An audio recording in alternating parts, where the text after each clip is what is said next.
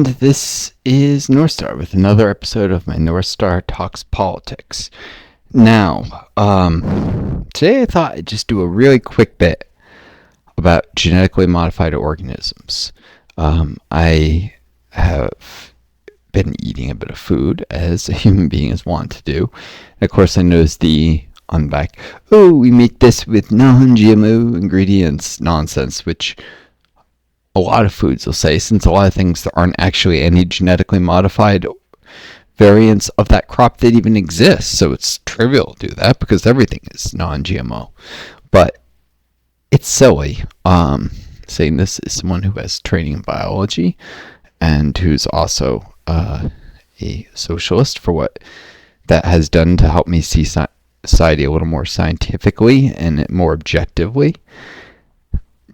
This fear of GMOs is driven, of course, partly, ironically, by the profit motive, by the specific traits that when we do genetically modify organisms, we add in.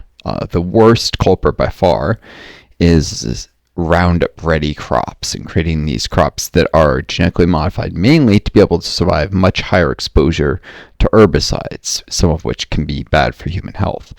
There's nothing wrong with the genetic engineering per se. The problem is what it's being used to enable. There are lots of great traits we could add to crops, stuff like drought resistance, salt resistance. These are especially important with what climate change is doing to our planet, which, of course, capitalism drives with its environmental irresponsibility and the externalities not being properly integrated, which even many capitalist economists tell you properly functioning capitalist economy should integrate externalities. They talk about carbon taxes and stuff, but we don't even do that.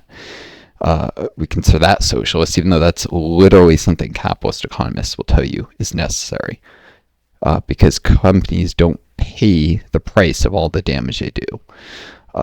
For the right decisions to be made in a free market, you have to fine companies for causing environmental damage, or tax them for it, and use a tax and credit, where you give it out to people as a tax credit. Of course, tax credits only benefit those often who are actually able to pay taxes, unless it's a refundable tax credit, but that's another story. GMOs are not problematic in themselves, is the point I want to make, and the fear-mongering over it never ceases to amaze me. Sometimes you could argue that companies can be a little not focused enough on safety protocols in genetic engineering, but there are very few risks. Even if you caused a plant to develop tumors, it's not like plant cancer can spread to humans. That does not work. And that, honestly, is the greatest danger of careless genetic engineering, is you can cause something to develop essentially cancer. And plants have it's not exactly the same as humans' cancers, but it's not dangerous to humans. It can't spread. It's a plant cell. Your immune system would never allow it to spread. Not to mention your stomach acids destroy stuff.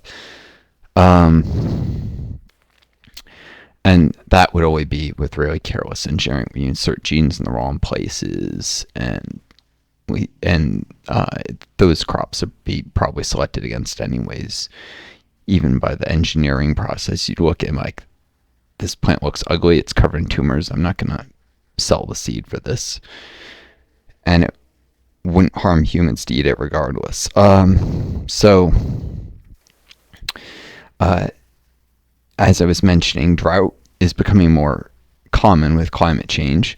More and more soils are becoming full of salt because, especially in the third world, they don't have access to more expensive, carefully designed through engineering approaches, irrigation systems that can prevent this. And if you're irrigating crops with not the best irrigation approaches, and you don't have quite enough water, you can often end up turning the soil salty. It draws salt up from deeper underground if you irrigate crops wrong. And so more and more soil is becoming salty, and that's ignoring the rising sea levels.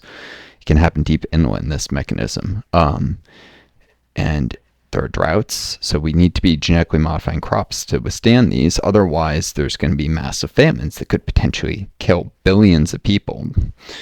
And it bothers me to see the fear-mongering of this. I hope someday people will get a clue and distinguish between GMOs that are good, that are things like drought tolerance, ability to fix nitrogen, and GMOs that are bad, like genetically modifying crops. So you can use aggressive herbicides that should kill the plant normally, like Roundup, that are not great for environmental health, never mind human health. Possibly I'm sure the kombucha tricline that's alleged. There's a lot of evidence that maybe certain pesticides and herbicides harm humans, but it definitely can end up in the environment and cause damage. And weeds do serve an environmental purpose, believe it or not.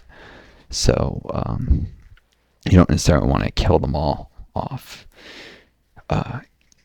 Also, I mean, there's stuff like pollinators sometimes will pollinate weeds, and without that, they can starve between when the crops flower, and you need weeds to sometimes fill the gaps so pollinators don't go hungry. I mean, this is almost certainly contributing to colony collapse syndrome and the bees dying off, because bees need a diverse source of plants that are flowering all year round. If they're not going to end up with food shortages, they can weaken them and make them more vulnerable to mites and funguses, which are ultimately what kill them off. Anyways, till next time, this is Northstar. Really, do think more carefully of stuff and don't buy into all the fear-mongering.